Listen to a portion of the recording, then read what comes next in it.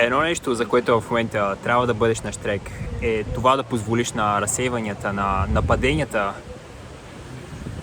от врага, което разбира се, в крайна сметка не е нещо, което се случва във външния свят. Ами наистина говоря за разсейванията и нападенията, които ще се случат в твоя вътрешен свят, от твоето его, от старите програми, старата идентичност, която не ти служи. И нещо, което дори наблюдавам в себе си в тези дни е как буквално при най-малкия случай, когато изглежда така сякаш нещо не се получава може би по най-оптималния начин и изглежда така сякаш може би се отдалечавам леко от крайния резултат, който желая да пресъздам, да преживея в момента. Как буквално всъщност се случват тези атаки и тези стари умствено-емоционални модели се пробуждат и общо взето тези механизми, свързани с начините, по които саботираме себе си. И това е нещо, което наистина и това е причината да заснемам това видео. Това е нещо, което трябва да се опиташ да наблюдаваш, да оставаш съзнателна в тези моменти. И дори когато се отъждествяваш с всичко това, в крайна сметка да знаеш там някъде в себе си, че това не е истината за това, което се случва и всичко, което в момента чувстваш, че идва към теб, цялата визия, която си създал, всичко, което в момента получаваш като синхроничности, като послания от твоята висша същност, от Бог, за това какво ще се случи с теб, това, което чувстваш в сърцето си, че предстои за теб. Това е истината и това е нещото, към което трябва да се придържаш. Трябва да се придържаш към тази истина, трябва да се придържаш към истината, която всички велики учители са говорили. В момента се намирам пред един буддистски храм, уникално място и разбира се, това е нещо, което всички Буда, Исус, в крайна сметка сочат към едно и също място, пространство, вътре в теб. И това е мястото и това е нещото, към което трябва да се придържаш в момента. Можеш да го наречеш Исус, можеш да го наречеш твоя висша същност, както искаш, в крайна сметка дори тези учители, историите в свещените книги. Всичко това, дори тези истории, това са неща, които буквално ти си поставила в твоето съзнание, за да ти позволят да навигираш това измерение, тази матрица и да намериш изхода. Буквално. Това е една игра, всичко около теб е проекция на твоето съзнание и ти си поставил послания, които да откриеш. Дори това видео, което виждаш в момента, това буквално е поставено от теб, за теб, от твоята висша същност. И това е още едно послание, още един пътеводител, който да ти позволи да напуснеш тази илюзия, тези окови, тези лимити и наистина да освободиш себе си. В крайна сметка това е най-важното.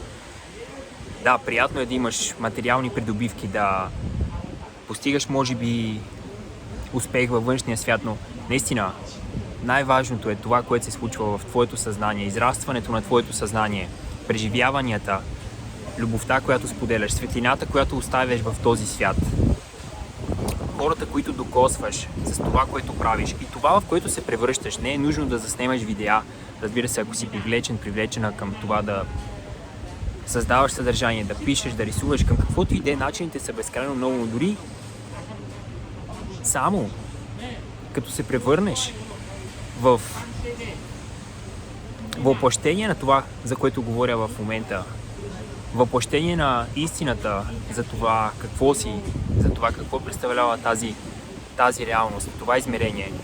Само това е достатъчно, за да направи така, че наистина да докоснеш и в крайна сметка да позволиш всеки да открие тази светлина и този извор вътре в себе си.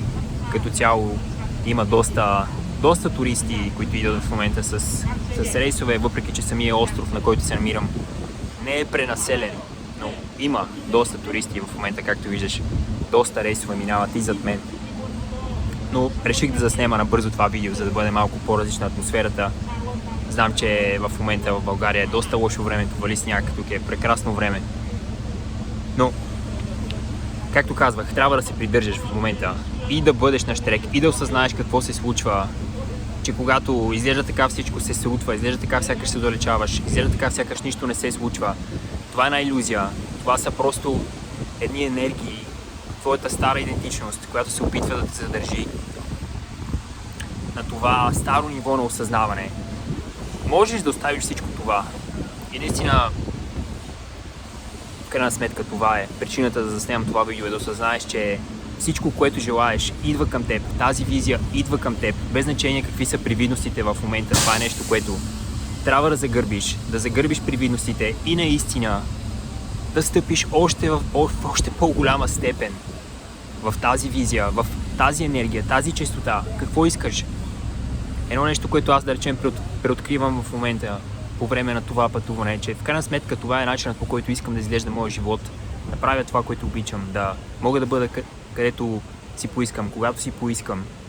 И в крайна сметка буквално да получавам едно възнаграждение за това, че правя това, което ми е интересно, и за това, че просто се наслаждавам на дните си и не ми се налага да си давам времето да правя нещо, което не искам, да речем. Така че буквално можеш да се свържеш с тези желания вътре в себе си и след това да тренираш твоя ум, твоето въображение, да бъдеш на щрека за тези нападения, за тези разсейвания, които ще стават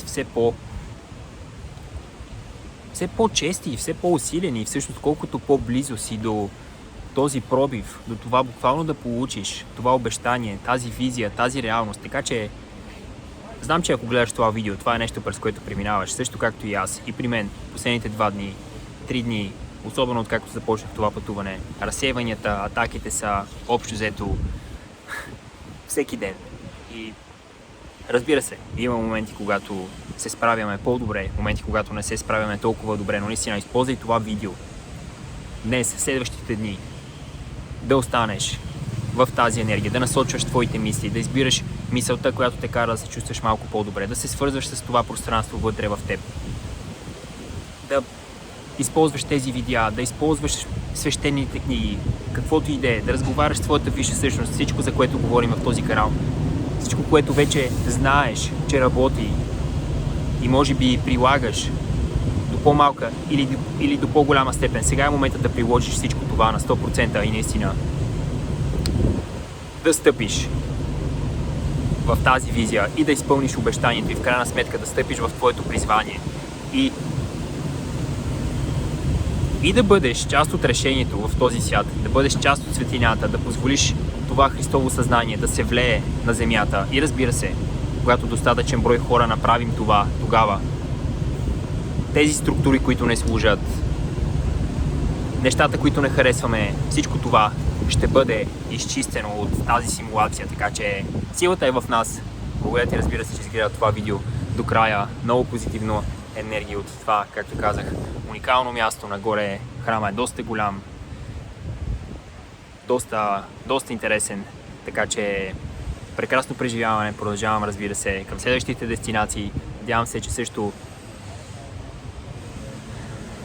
живееш най-добрия си живот, грижиш за себе си. Ако имаш някакви въпроси, нужда от моята подкрепа, можеш да ми пишеш в Instagram и ще се радвам да те подкрепя. Благодаря ти отново и до скоро!